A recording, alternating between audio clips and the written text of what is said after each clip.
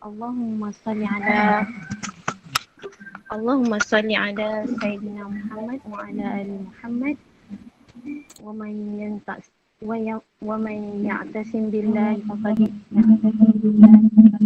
hadiya ila siratal mustaqim amma ba'd.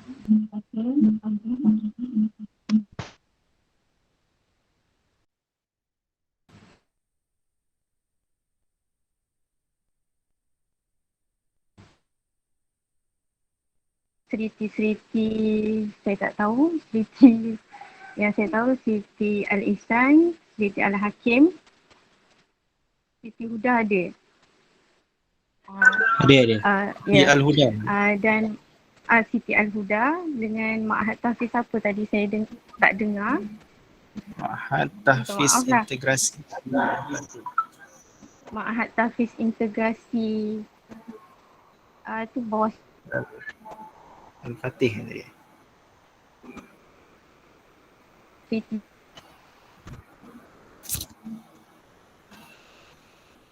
juga.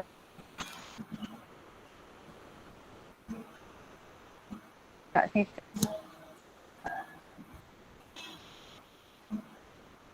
tak tahu.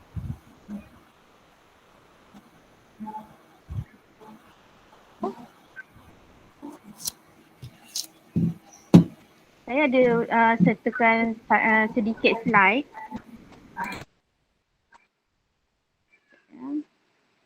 Saya akan share.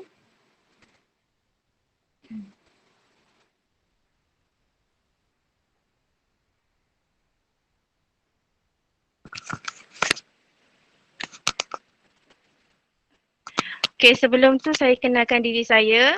Nama saya Siti Aisyah binti Husin.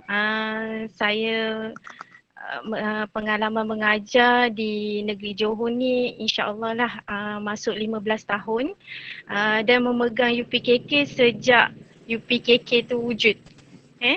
Saya mengajar di Sekolah Agama Seri Bugis. Daripada bukan Seri Bugis saja, saya ni termasuk masuk 5 sekolah saya dah mengajar.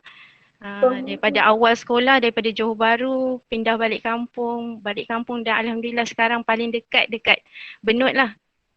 Saya menetap di kampung Sungai Bagan Laut. Okey, itu sedikit sebanyak tentang diri saya, dan saya terlibat juga dengan bengkel teknik menjawab soalan ujian UPKK ni daerah Pontian, tetapi saya tidak bagi bengkel ni kepada anak-anak murid ya. Saya bagi bengkel ni selalu dengan guru-guru. Jadi mereka lah yang menyampaikan pada murid-murid di sekolah. Sebenarnya bengkel teknik menjawab ni lebih baik guru-guru sekolah sendiri yang bagi pada murid-murid. Guru-guru, sebab dia yang mengajar dan dia yang tahu macam mana nak fokus untuk target skor 8A dalam UPKK. Jadi saya menyampaikan pada guru-guru sahaja di daerah Pontian. Kami ada kumpulan kami dan bergerak dari zon ke zon lah.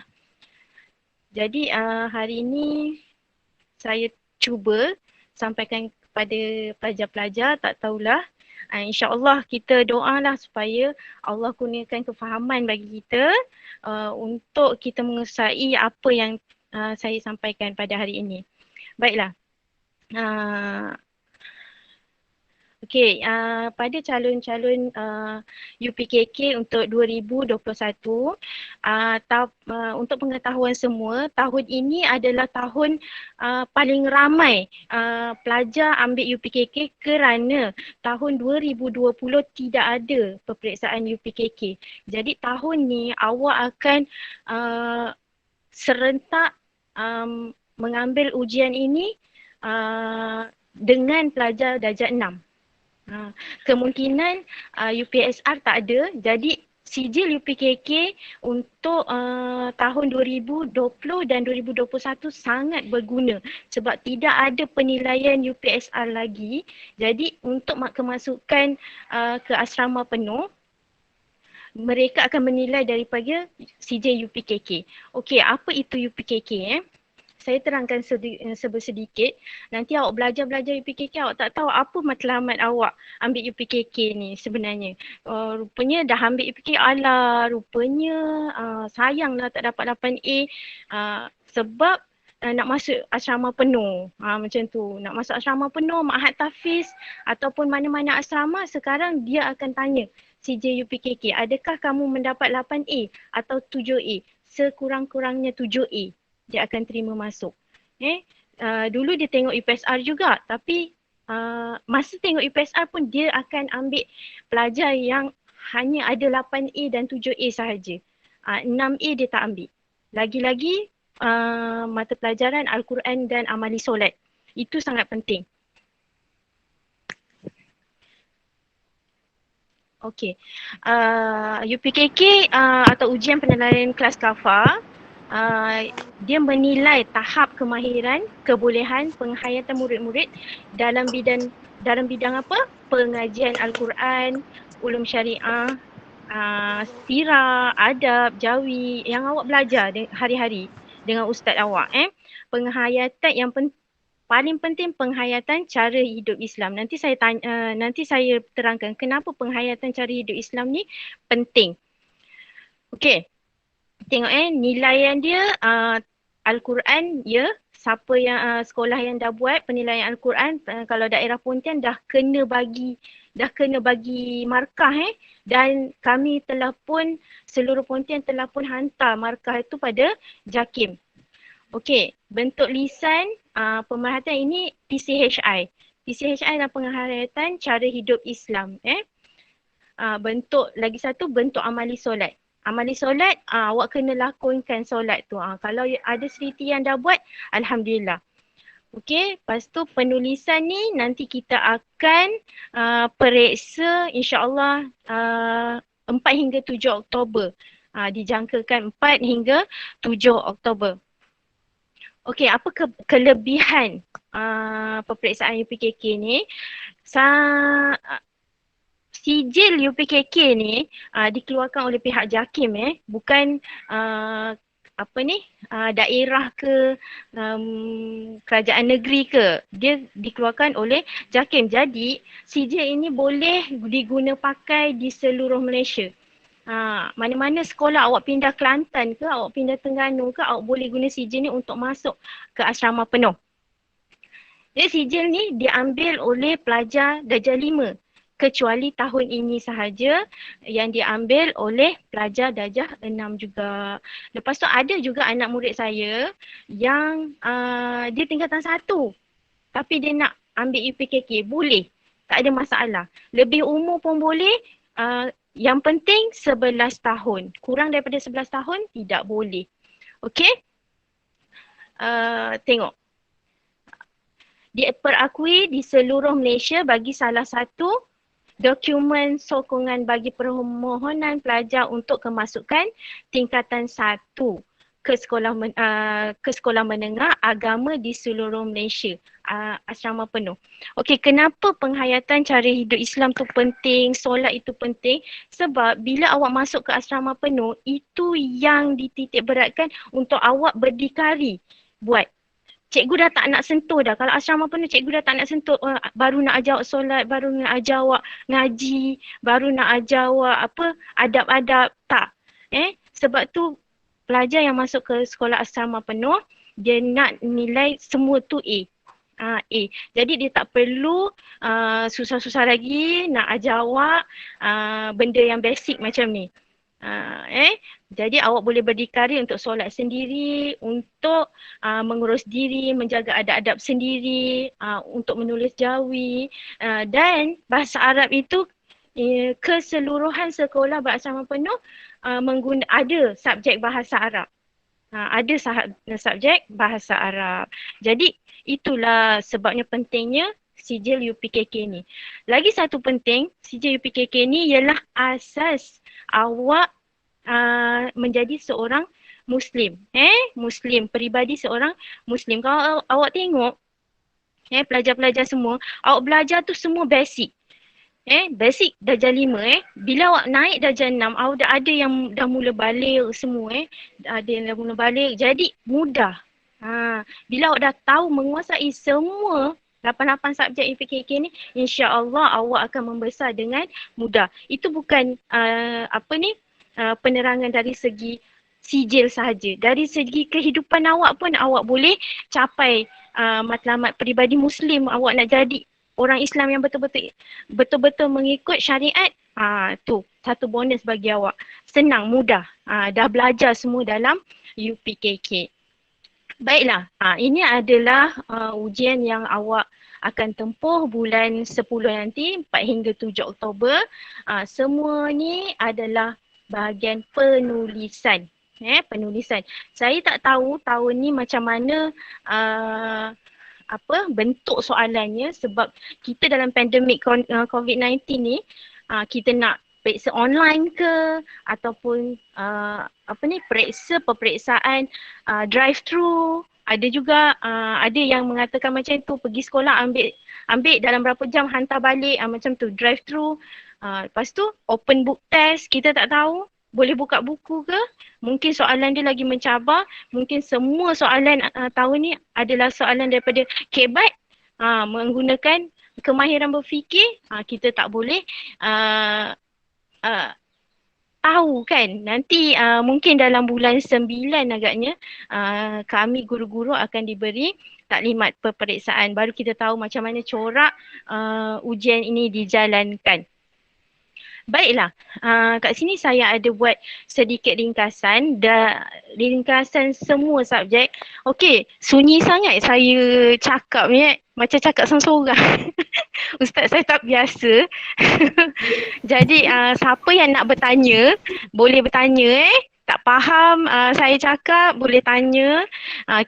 Sekarang ni kita dah masuk subjek pula. Saya telah buat sedikit ringkasan untuk semua subjek bertulis untuk awak senang ulang kaji. Bukan awak hanya tengok ringkasan ni, awak tengok ringkasan yang saya buat ni, awak boleh rujuk balik dekat buku. Okey, saya sarankan dekat sekolah-sekolah seriti untuk tiap-tiap tahun beli satu buku nota padat untuk pelajar. Namanya nota padat UPKK. Dalam nota padat tu boleh guna daripada darjah 4 sampai darjah 5. Darjah 3 sampai darjah 5. Jadi satu buku sahaja merangkumi semua subjek. Harga dia dalam RM19 lah. Ringkasan semua subjek dan semua tajuk lah ada dalam tu, komplit. Kalau sekolah-sekolah agama daerah Pontian ataupun sekolah-sekolah agama lain, dia dah mula guna buku nota padat. Jadi masa darjah 4 pun boleh belajar yang darjah 3, masa darjah 5 pun boleh belajar yang darjah 4. Macam kita campur-campurkan pelajaran tu, jadi dia orang mahir tiap-tiap tahun. Kalau misalnya saya telah mulakan dari darjah 3 untuk subjek UPKK. Jadi saya boleh target pelajar ni dah boleh dapat 8A. Pelajar ni saya dah kenal yang mana muka-muka yang boleh dapat 8A. Lepas tu, satu istimewanya UPKK ni, guru sendiri yang tanda. Guru sekolah sendiri yang tanda. Jadi kita boleh kenal anak murid kita yang mana berkebolehan. Lepas tu tengok-tengok masa UPKK dia semangat, macam masa belajar dia biasa-biasa je, masa UPKK dia semangat. Jadi kita boleh bagi markah kat situ. Satu keistimewaan. Okey, kita masuk dalam akidah. Akidah ni tak payah susah-susah belajar ustaz ajar sekejap tajuk ni, sekejap tajuk ni, sekejap tajuk ni. Sekarang ni awak fokus rukun iman sahaja. Untuk subjek akidah awak fokus rukun iman. Rukun iman berapa perkara? 6 perkara. Tak payah susah-susah fokus tajuk ini. Sekejap ni, sekejap asma husna, sekejap sifat wajib bagi Allah. Mana satu ni masuk? Okey, tak payah. Tak payah fikir, kita buat secara rambang macam ni. Awak kena tahu rukun iman. Hafal satu persatu rukun iman. Kalau awak tak hafal rukun iman, macam mana nak ambil UPKK? Itu adalah pelajar darjah 1. Rukun iman, hafalkan 6 perkara. Okey, dalam Dalam 6 perkara ni, barulah kita pecah-pecahkan. Kalau awak sudah habis silibus akidah, dalam 6 perkara rukun iman ni awak boleh pecah-pecahkan. Contoh yang pertama, percaya kepada Allah. Dalam Allah, perkataan Allah, apa yang ada, apa yang seorang Muslim tahu pasal Allah, kena wajib tahu pasal Allah. Ni, okey, yang pertama saya dah pecahkan Asmaul Husna. Asmaul Husna, faham tak ni? Okey. Okey. Asmaul Husna. Saya boleh tanya, faham ke tak ni? Sebab saya ada 2 orang murid depan saya. Kalau mereka kata angguk tu, fahamlah tu. Okey. Asmaul Husna. Ustaz dah ajar apa nama-nama Allah. Jadi awak tahu satu-satu nama Allah. Nama Allah ada berapa? Macam tu. Kalau awak study untuk UPKK ni sekarang ni bulan 8, awak hanya ulang kaji saja, bukan belajar baru. Benda baru, belajar benda baru. Tak. Bukan masanya untuk awak belajar benda baru. Awak kena ada satu helai macam ni untuk awak ingat je. Sentiasa mengingat apa yang sudah dipelajari. Okey, percaya kepada Allah yang pertama Asmaul Husna. Mana kesa saya? Okey ni. Asmaul Husna, nama Allah. Lepas tu apa yang berkaitan dengan Allah lagi? Sifat wajib bagi Allah. Okey, yang kita belajar dalam UPKK. Yang ketiga ialah sifat mustahil bagi Allah. Okey, lawan daripada sifat wajib bagi Allah. Itu saja fokus tentang percaya kepada Allah. Okey. Dalam sifat wajib ni adalah maksud dia, adalah dalil dia, adalah hikmah beriman kepada sifat wajib bagi apa. Jadi kalau kita nak ulang kaji, kita kena ada ini sahaja. Ini kita dah tahu sifat wajib bagi Allah, dah tahu sifat mustahil bagi Allah, dah tahu. Okey, kedua, percaya kepada malaikat. Okey, bila cakap malaikat, mestilah ada pengertian. Apa itu malaikat? Apa itu malaikat? Malaikat dijadikan daripada apa? Nur, kena tahu. Okey, nama-nama malaikat dan tugas-tugas malaikat. Itu sahaja. Tak payah nak cakap Munkar Nakir tu dalam kubur buat apa, lepas tu dia soal apa, tak ada. Tak ada soalan macam tu. Tak ada lagi keluar soalan Munkar Nakir soal apa dalam kubur. Tak boleh. Tak ada. Cuma tahu malaikat, pengertian malaikat, lepas tu nama-nama malaikat dan tugas malaikat. Itu sahaja. Okey, percaya kepada kitab ni banyak sikit. Dia punya tajuk banyak, darjah 3 ada, darjah 4 ada cerita. Okey, darjah 5 pun ada cerita pasal percaya kepada kitab. Okey, yang pertama nama-nama 4 kitab yang diturunkan kepada Nabi.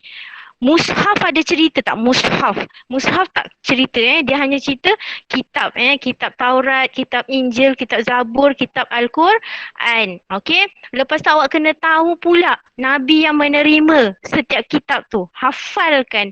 Benda ni kena hafal. Kalau awak tak hafal, macam mana awak nak jawab? Okey. Pengertian Al-Quran. Pengertian Al-Quran kalau awak cakap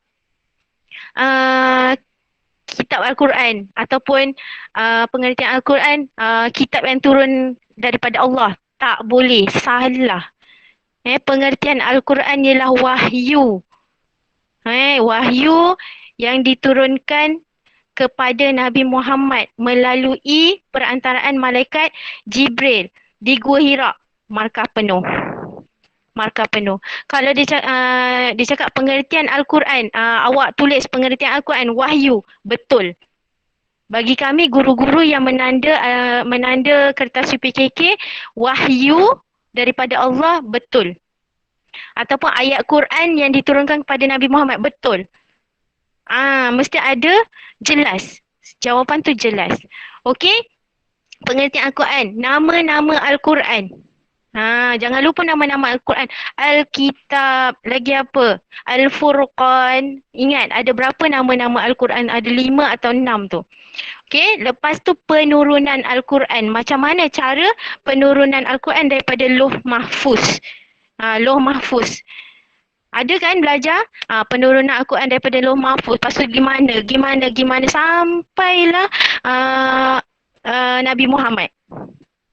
Okey, sampai Al-Quran tu turun pada tangan Nabi Muhammad. Okey, lepas tu secara macam mana? Berperingkat ke? Terus ke? Okey, kat sini saya ada tips. Kitab-kitab lain, tiga kitab yang lain diturunkan secara terus. Kitab Al-Quran diturunkan secara berperingkat. Ingat tu, 3 Al-Quran terus. Nanti dia cakap yang manakah kitab diturunkan berperingkat dan secara terus ataupun sekaligus. Awak cakaplah kitab Zabur, kitab Taurat, kitab Injil terus. Al-Quran berperingkat. Baiklah. Jumlah ayat kena tahu. Jumlah ayat Al-Quran, jumlah ayat saya cakap. Bukan jumlah ayat tak ada. Jumlah surah, jumlah juzuk Al-Quran dan kelebihan Al-Quran. Ada selalu pelajar tulis kelebihan Al-Quran. Al-Quran adalah pengubat. Boleh diterima. Tapi skema jawapan JAKIM tak ada pun Al-Quran sebagai pengubat tu. Pengubat. Sebenarnya Al-Quran itu sebagai penawar ataupun pengubat. Boleh. Okey, percaya kepada Rasul. Rasul ni tiap-tiap tahun keluar. Soalan ni tiap-tiap tahun keluar. Pengertian Nabi dan Rasul. Ini soalan famous sangat tiap-tiap tahun keluar. Nabi dan Rasul ni senang saja nak cam. Nabi wahyu untuk dirinya saja. Rasul untuk disebarkan kepada orang lain. Itu saja. Dua-dua seorang lelaki yang mendapat wahyu daripada Allah untuk dirinya saja. Yang lagi satu, seorang lelaki mendapat wahyu daripada Allah untuk disebarkan kepada orang lain. Itu pengertian Nabi dan Rasul. Senang. Okey, bilangan Nabi dan Rasul. Kena tahu. Nabi ada berapa, Rasul ada berapa dalam darjah 4 rasanya ada ni. Bilangan Nabi dan Rasul. Okey, nama-nama Rasul kena tahu nyanyi. Cikgu-cikgu ajar nyanyi tak kat sekolah nak 25 Rasul. Kalau ada soalan 25 Rasul, mulalah anak murid semua menyanyi dalam kelas. Nak ingat kan Rasul. Dia kadang-kadang minta berikan 5 nama Rasul. Ataupun dia buat nama Rasul berselang-seli dengan nama malaikat. Pilih nama Rasul. Macam tu soalan dia. Nanti ada yang tulis Malik. Itu nama malaikat. Rasul tak ada nama Malik. Okey, sifat wajib bagi Rasul. Siddiq amanah, tabligh fatanah tu kena hafal. Lepas tu sifat mustahil lawan bagi sifat wajib ni. Okey, sifat mustahil lawan bagi sifat wajib. Sifat harus. Jangan cakap tak tahu sifat harus Rasul. Apa dia? Dan tugas Rasul. Mestilah dakwah. Okey, dakwah. Okey, yang ketiga. Tengok pecahan-pecahan ni yang awak tahu. Awak fokus tajuk apa yang awak nak baca. Rukun iman semua. Jangan risau. Lepas tu percaya kepada hari kiamat. Dalam percaya kepada hari kiamat ni apa yang awak kena tahu? Pengertian hari kiamat. Ini soalan glamour. Pengertian hari kiamat. Apa dia? Hari kegoncangan boleh, hari akhirat boleh, hari yang memusnahkan bumi. Betul. Jawapan tu semua betul. Markah penuh. Kalau awak cakap hari kegoncangan, hari yang menghancurkan bumi, hari yang mematikan semua orang boleh. Pengertian hari kiamat. Lepas tu nama-nama hari kiamat. Kena tahu bahasa Arab dan bahasa Melayunya. Ada kan Yaumul Hisab, Yaumul apa lagi? Yaumul Akhirah. Kena tahu bahasa Arab dan bahasa Melayunya. Yang ni soalan glamour juga, tanda besar dan tanda kecil kiamat. Jangan keliru. Ada yang jawab tanda kecil kiamat tu dia letak kat tanda besar. Tanda besar dia letak kat tanda kecil. Selalu kat sini soalan dalam bentuk carta. Dia tulis, dia bagi 2 ruang, masukkan tanda besar dan tanda kecil. Lepas tu sebab berlaku hari kiamat. Sebab berlaku hari kiamat ada dalam buku. Okey, yang seterusnya percaya qada dan qadar. Okey. Qada dan qadar ni selalunya soalan dia tentang pengertian. Ini pun soalan grammar. Saya semua soalan grammar. Asyik soalan grammar je. Sebab saya jumpa benda ni, soalan ni, tapi banyak bentuk soalan dia. Boleh dia ada jawapan, kita tinggal pilih, ataupun kita kena tulis sendiri. Jawapannya subjektif. Pengertian qada, baca. Pengertian qadar kena tahu. Jenis qada. Okey, jenis qada ada 2. Ada belajar tak qada mubram dengan qada muallaq? Apa itu qada mubram? Mesti ada punya pengertian qada mubram, qada muallaq. Dan kesan atau akibat tidak beriman kepada qada dan qadar. Oh, banyak betul saya nak terangkan ke awak ni. Okey, ni habis akidah. Nanti saya akan bagi slide ni dekat awak. Awak boleh print akidah ni, jadi sambil-sambil main buai boleh tengok. Sambil-sambil main-main boleh tengok ni, carta ni untuk ulang kaji. Baiklah, kita terus masuk ibadat. Kita kejar masa kan. Nanti kita nak bincang pasal soalan pula. Okey, ibadat. Ibadat apa yang kena ingat untuk periksa? Ini sahaja. Rukun Islam ada 5 perkara, tapi tolak 2. 2 kita tak belajar. Apa yang kita tak belajar? Zakat dengan haji. Tak masuk dalam UPKK. Zakat dengan haji ni darjah 6 kalau sekolah agama baru belajar. Dia tak masuk dalam UPKK. Jadi kita hanya belajar 3 sahaja rukun Islam. Ingat 3 sahaja rukun Islam. Yang pertama mestilah lafaz syahadah. Lafaz syahadah, apa dia yang awak tahu, kena tahu dalam lafaz syahadah? Ada 2 perkara.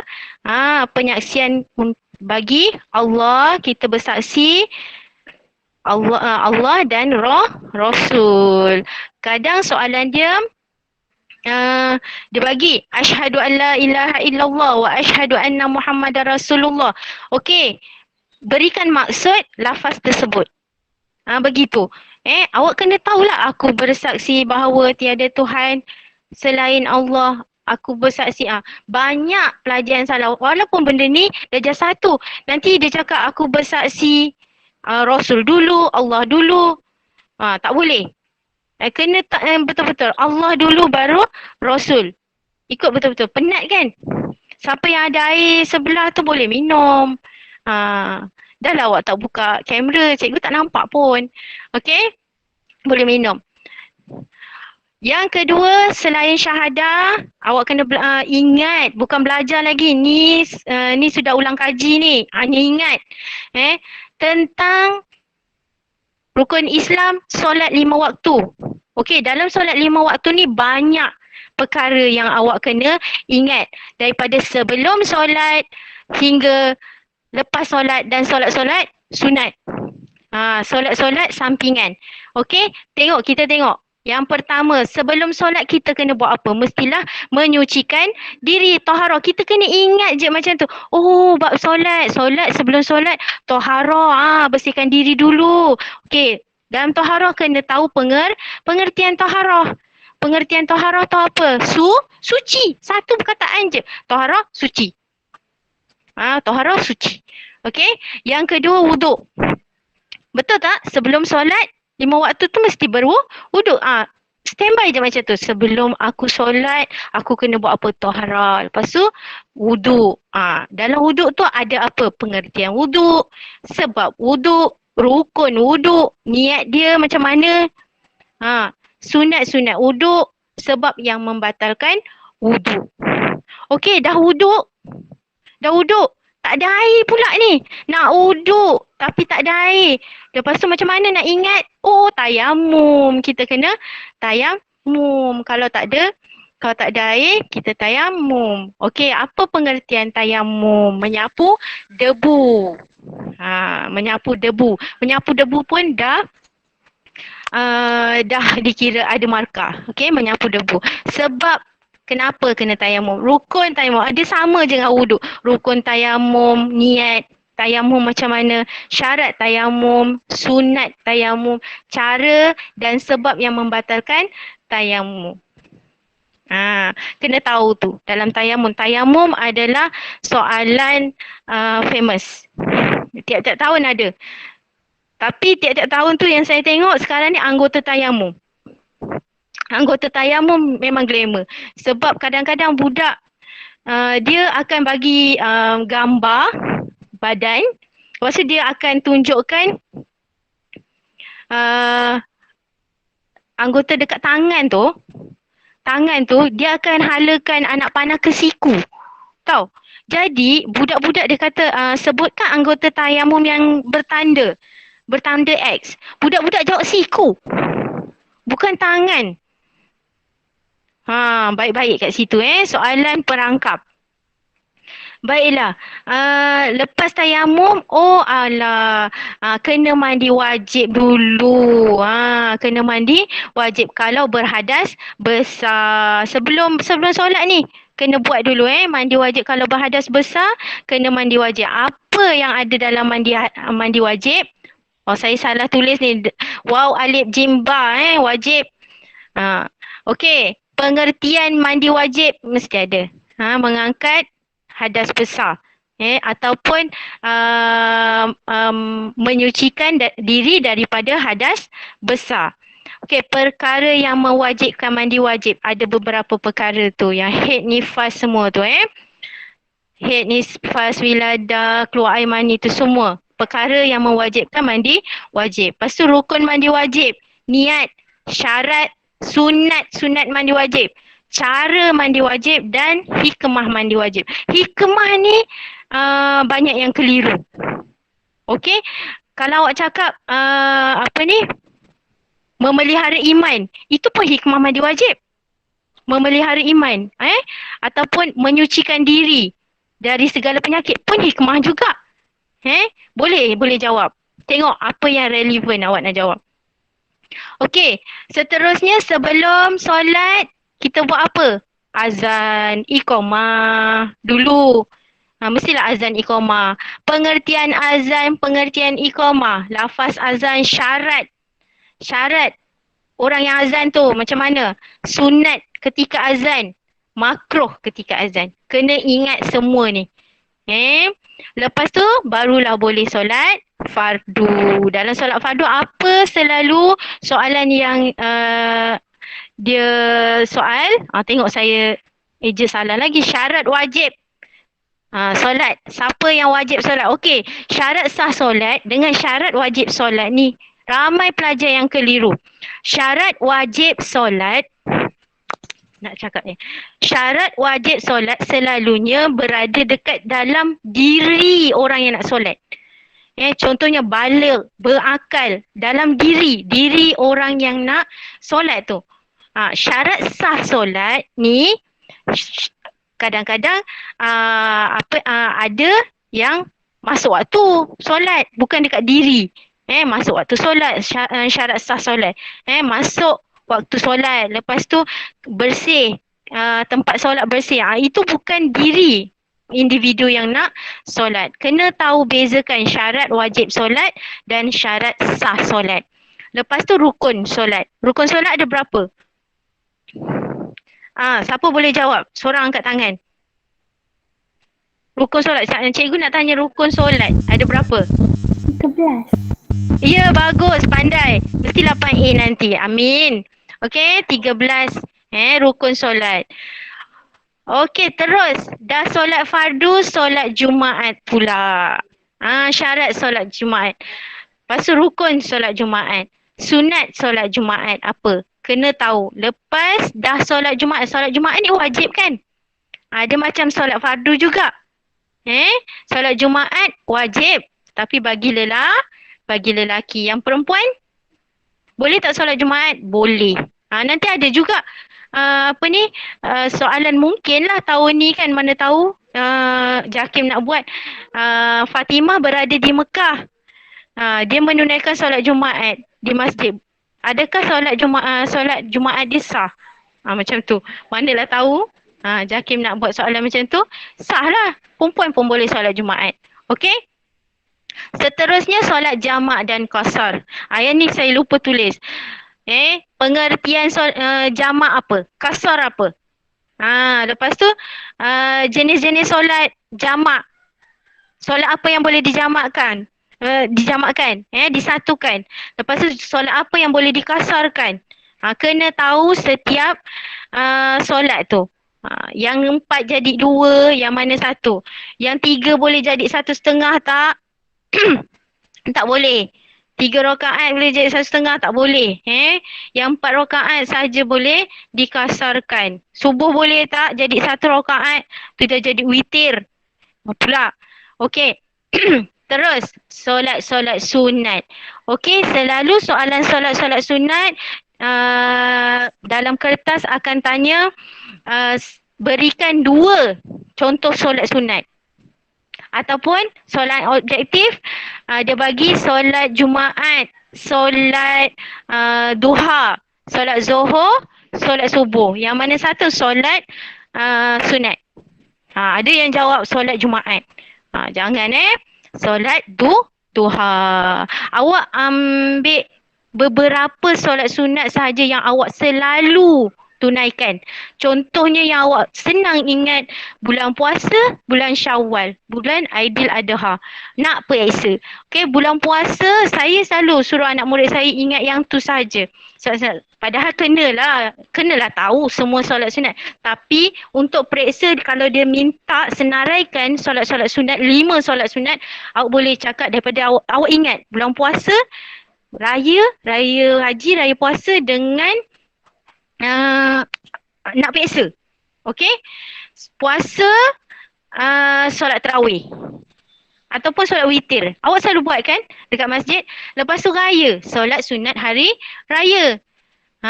Lepas tu raya haji. Ada budak dia kata soalan cakap senaraikan 2 solat sunat.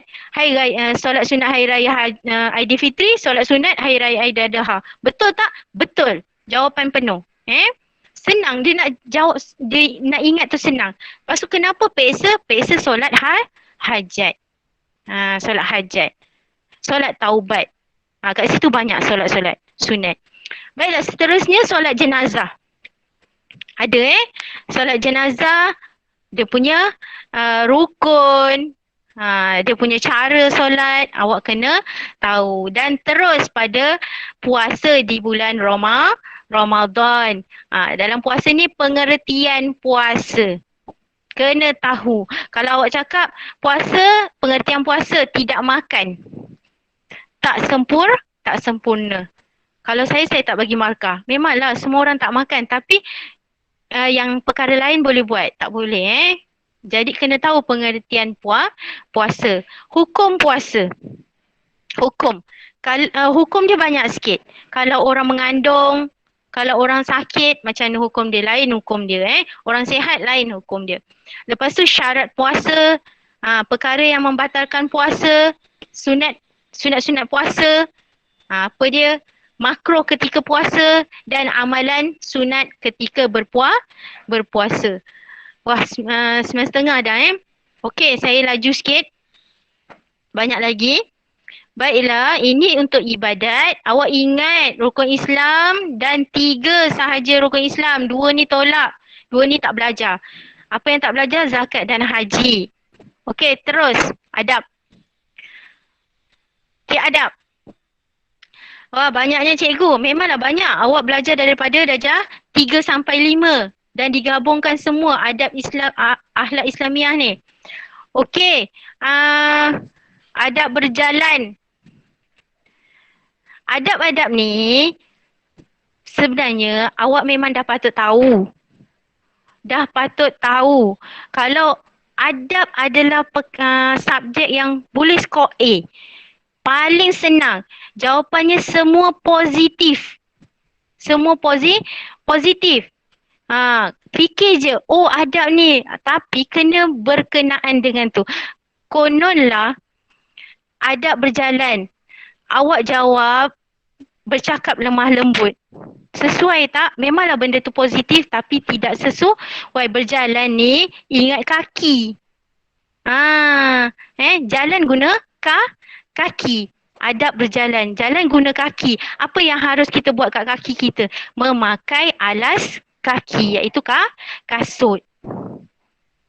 Ataupun apa? Adab berjalan apa lagi? Keluar rumah, meminta izin sebelum keluar rumah. Tu dalam adab berjalan. Ataupun berjalan dengan sopan. Lagi adab berjalan, memakai pakaian menutup aurat. Semua positif ketika kita berjalan. Ataupun awak boleh jawab negatif tapi sebenarnya benda tu positif. Tidak makan dan minum sambil berjalan. Nampak negatif makan dan minum sambil berjalan tapi ada tidak di depan. Tidak di depan maksudnya jawapan yang positif. Tidak makan dan minum ketika berjalan. Okey? Yang kedua adab bertanya. Adab bertanya ni memang selalu. Awak bayangkan awak di dalam kelas. Selalu dalam kelas tanya cikgu kan? Okey, apa yang perlu awak mengamalkan ketika adab bertanya? Semasa awak bertanya. Itu awak kena fikir. Adab ni untuk jawab dia tak apa, ambil masa lama untuk berfikir keadaan awak masa tu. Contoh awak nak jawab tajuk adab bertanya. Awak fikir awak dalam kelas macam mana awak nak tanya dengan cikgu. Okey, minta kebenaran ataupun mengangkat tangan sebelum bertanya. Bertanya dengan sopan. Bertanya dengan sopan. Okey, itu senang. Benda yang senang awak fikir dan awak jawab. Awak fikir dan awak jawab. Okey, dalam keluarga, fikir awak dekat rumah macam mana? Adab dalam keluarga. Ini susah bagi pelajar yang tidak mengamalkan adab. Nak jawab sangat susah. Adab dalam keluarga macam mana? Dengan ibu bapa, menghormati ibu bapa. Tidak bergaduh sesama adik-beradik. Boleh jawapan. Dan adab berjiran. Okey, dalam adab jiran, okey, saya bagi terangkan semualah. Dalam adab-adab ini, apa isi penting yang awak kena tahu, kena hafal, iaitu pengertian. Pengertian. Pengertian mesti ada. Contohnya jiran ni, sebutkan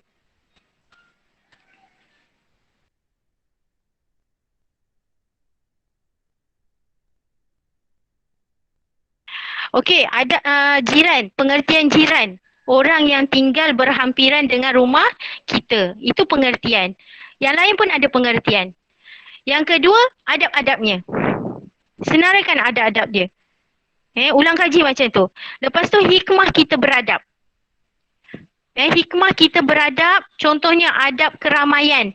Pergi majlis kan, majlis kenduri kan. Apa hikmah kita beradab dalam kenduri? Orang pun sayang. Betul tak? Orang disayangi oleh masyarakat. Macam tu. Lepas tu akibat tidak beradab. Kalau kita tidak beradab, apa yang kita dapat? Tidak disayangi oleh masyarakat ataupun hidup kita akan jadi susah.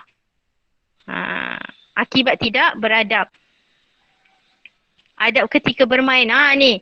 Akibat tidak beradab. Adab ketika bermain. Tidak beradab ketika bermain. Macam mana? Bergaduh. Bergaduh. Okey.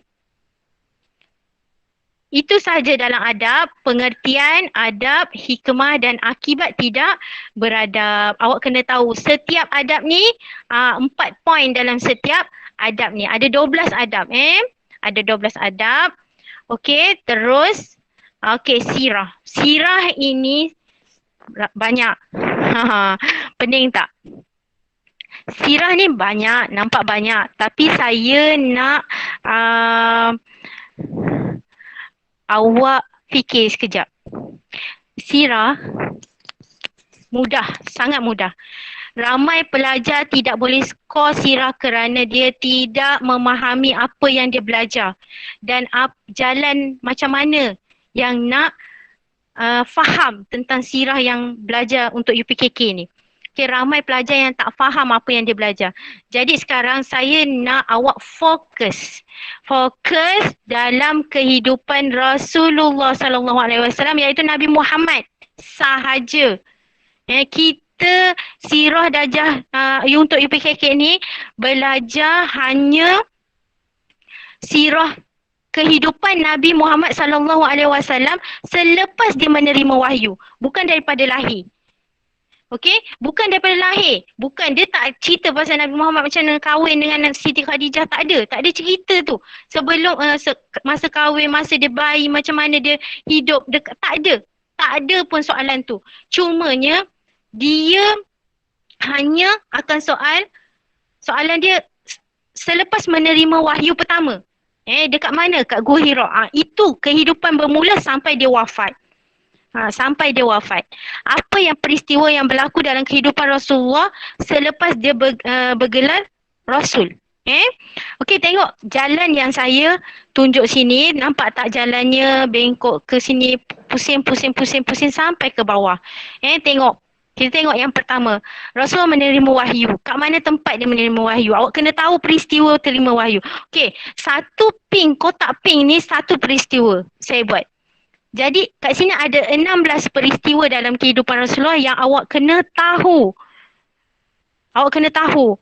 16 sahaja. Benda lain tak payah. Tak payah. Rasul menerima wahyu, tahu. Hari yang dia menerima wahyu tu berapa? 12 Rabiul Awal. 12 Ramadan, maaf 12 Ramadan kat mana? Lepas tu apa dia rasa? Siapa yang jumpa dia? Tu kena tahu malaikat apa yang jumpa dia, pasal malaikat tu baca surah apa. Awak kena tahu kat situ. Yang kedua, selepas menerima wahyu, macam mana keadaan Rasulullah? Keadaan dia, ketakutan tak ketakutan? Lepas tu dia jumpa siapa? Isteri dia, Sayyidatina Khadijah. Lepas tu Sayyidatina Khadijah cakap apa? Yuk, kita jumpa Waraqah bin Naufal untuk tanya apa yang jadi tadi dekat Gua Hira. Kena tahu. Lepas tu dah jumpa Waraqah bin Naufal, ada dalam buku kan? Waraqah cakap apa?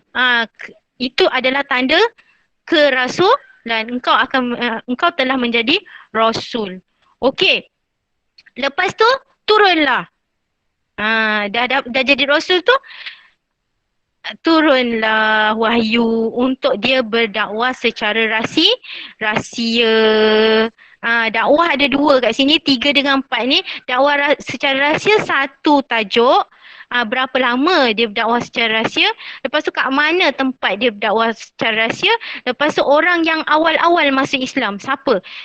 Contohnya, soalan selalu tanya, kanak-kanak pertama masuk Islam, perempuan pertama masuk Islam. Siapa boleh jawab? Kanak-kanak pertama masuk Islam. Okey, sila. Saidina Ali. Kanak-kanak. Saidina Ali pandai. Okey, yang kedua. Perempuan pertama masuk Islam. Sayyidatina Khadijah. Ya, Sayyidatina Khadijah.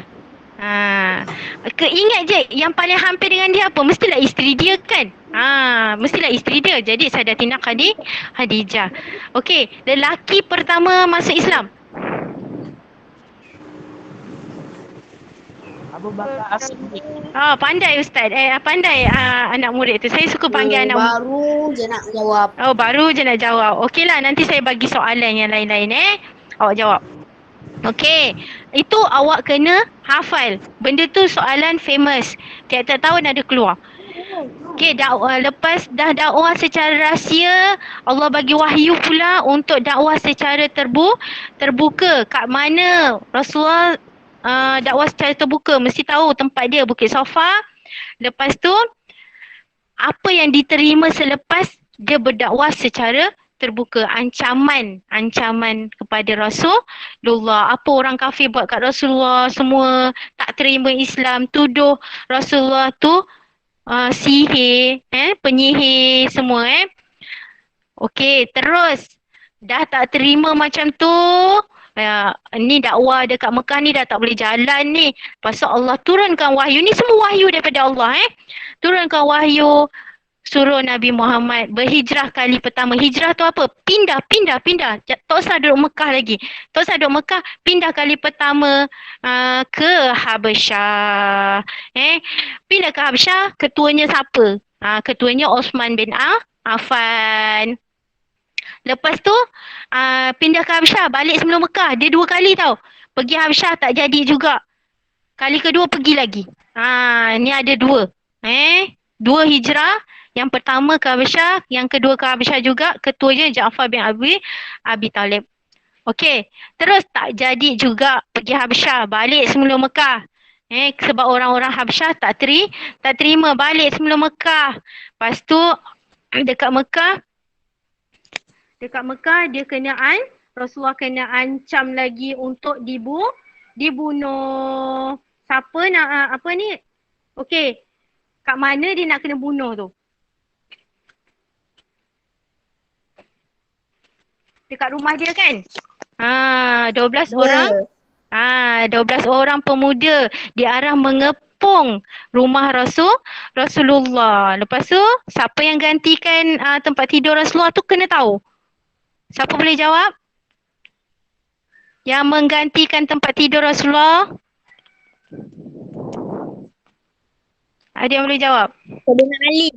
Ya, Saidina Ali. Kat situ soalan glamour Saidina Ali telah menggantikan tempat Rasulullah. Lepas tu Allah bagi wahyu lagi untuk hijrah ke Madinah. Tak boleh jadi ni. Dakwah dekat Mekah dah tak boleh jadi. Ingat macam mana Rasulullah, perjalanan hidup Rasulullah tu dah tak boleh. Orang-orang Mekah tak nak terima dakwah Rasulullah. Okey, kita berpindah ke Madinah. Hijrah ke Madinah. Kena tahu tarikh hijrah ke Madinah, peristiwa dia macam mana. Yang peristiwa nak bunuh Rasulullah tu lah. Malam tu, lepas tu Rasul bersembunyi di gua tu. Semua. Dan dalam hijrah ke Madinah tu ada soalan persaudaraan. Persaudaraan tu Muhajirin dan Ansar. Apa itu Muhajirin dan apa itu Ansar? Muhajirin, saya tahu awak dah belajar ni semua. Muhajirin orang yang penduduk Mekah yang mengikut Rasulullah berhijrah ke Madinah. Yang Ansar pula penduduk tetap Madinah. Okey, kat sini saya ada lupa tulis soalan glamour juga. Apakah Al-Ansar ni ada 2 kaum?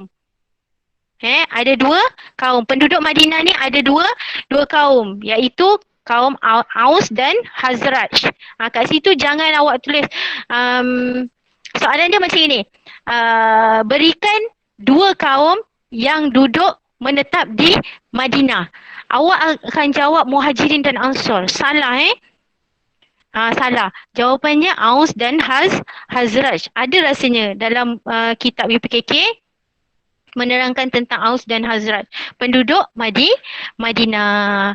Lepas tu dah ke dah berhijrah ke Madinah, terus tajuk lainnya mukjizat. Nabi Muhammad kan ada mukjizat kan? Mukjizat hisi dengan maknawi. Apa hisi, apa maknawi, dan awak kena tahu contoh-contoh mukjizat hisi dan mukjizat maknawi. Lepas tu terus ada peristiwa Nabi Muhammad, peristiwa Isra' dan Mi'raj. Peristiwa Isra' dan Mi'raj ni sebenarnya berlaku sebelum ni, alamak. Okey, tak apa. Ingat saja Isra' dan Mi'raj. Tarikh Isra' Mi'raj. Sebab berlaku Isra' Mi'raj. Pengurangan solat. Memohon untuk pengurangan solat daripada berapa ke berapa? 50 waktu ke 5. Okey, Nabi setiap langit. Nabi setiap langit tu kadang-kadang ada soalan, tapi ramai pelajar yang salah jawab. Sebab setiap langit tu ada nabi-nabinya dan awak kena ingat.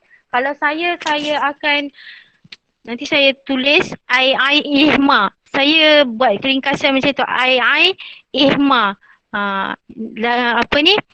Langit pertama Adam, Ihma. Itu singkatan untuk ingat setiap langit tu nama. Ada langit ada 2 Nabi dia jumpa. Okey. Seterusnya jihad Rasulullah. Okey. Jihad Rasulullah. Macam mana pengertian jihad? Sebab jihad, bahagian jihad kecil, jihad besar. Apa jihad kecil, apa jihad besar? Jangan keliru. Jihad besar bukan perang. Bukan perang jihad besar. Jihad kecil yang perang. Menegakkan agama Islam adalah jihad kecil. Jihad besar adalah paling besar adalah melawan hawa nafsu. Jangan keliru. Ramailah pelajar saya jawab jihad besar ialah menegakkan agama Islam. Itu hanya kecil, tapi jihad besar adalah melawan hawa nafsu. Okey, dah berjihad ni. Rasulullah tekad untuk berjihad. Okey, dah berjihad ni. Orang kafir musyrikin Mekah cari pasal, ingat? Cari pasal. So, kita belajar 3 perang. Perang. Perang Badar, perang Uhud dan perang Ahzab. Dalam perang ni awak kena ingat tarikh, kena ingat ketua dia siapa. Lepas tu kena ingat berapa orang tentera. Lagi kena ingat berapa orang terkorban. Tapi paling paling glamour soalan dalam perang ialah tarikh. Sebab tak? Ataupun dia kata berikan 2 perang yang Rasulullah sertai. Awak tulislah Badar dengan Uhud gitu. Ataupun dia akan tulis berikan nama perang Handaq, nama lain bagi perang Handaq ataupun nama lain bagi perang Ahzab.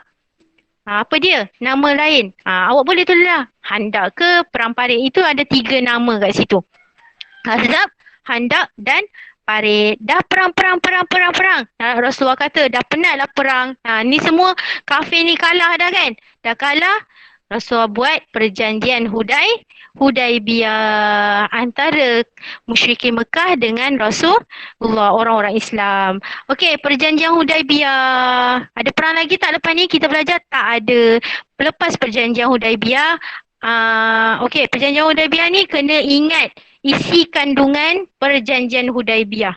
Macam mana? Perjanjian baik antara kafir musyrikin Mekah dan Rasulullah. Okey. Inilah semua isi kandungan genjatan senjata, tidak dibenarkan melakukan haji itu semua. Okey, lepas dah buat perjanjian ni damai kan? Dah damai, Fathul Mekah, pembukaan kota Mekah. Okey, dalam Fathul Mekah seterusnya ingat, ini perjalanan dia. Perjalanan Rasulullah. Rasulullah mengatur strategi. Dia strategi nak masuk Mekah ni mesti ada strategi dia. Tak boleh main masuk je, kan kena bunuh semua. Okey? Strategi. Lepas tu faktor kejayaan dia membuka Mekah. Apa dia? Faktor dia macam mana? Merancang strategi yang baik kan?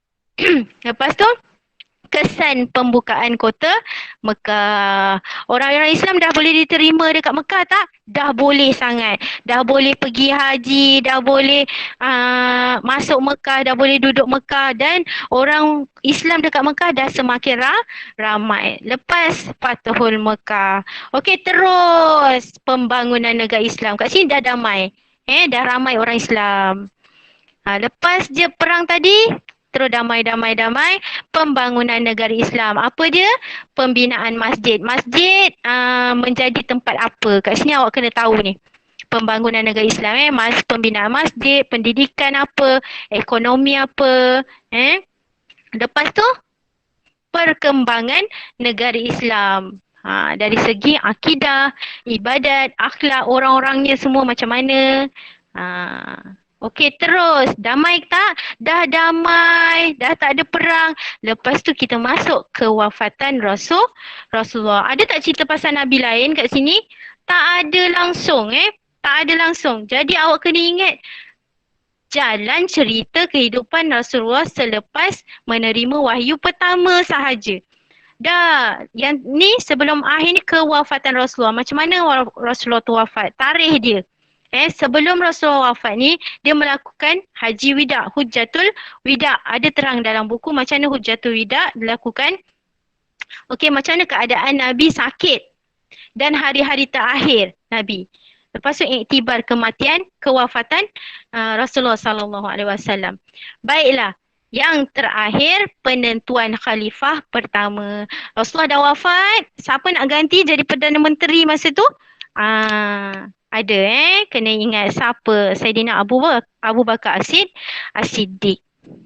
Okey, tamat. Ada soalan tak tentang sirah yang tak faham? Itu saja yang awak kena ingat tentang sirah. Boleh. Siapa nak soal boleh.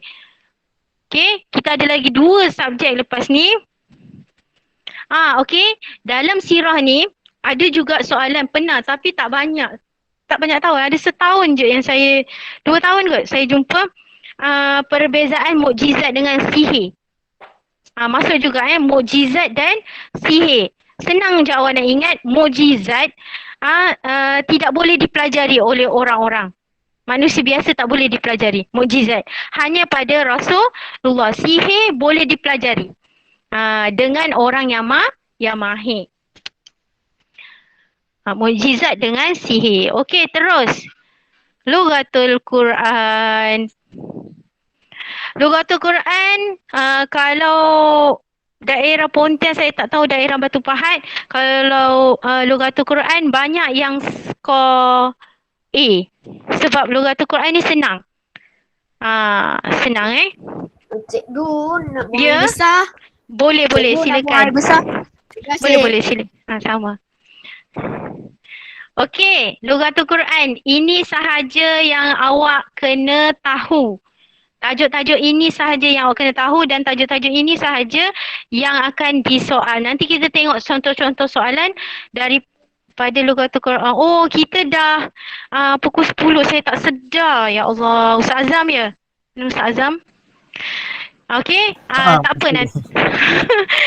Nanti saya bagi awak slide ni, awak boleh ulang kaji. Tapi sebenarnya dalam bahasa Arab ni kena hafal banyak Kena hafal, wajib hafal. Kalau tak hafal, memang susah nak jawab. Saya tak bagi jaminan lah awak boleh jawab. Mesti awak tercongok dalam kelas. Kalau dalam kelas, kalau open book test tahun ni, boleh buka buku, bolehlah jawab. Kena hafal juga bahasa Arab.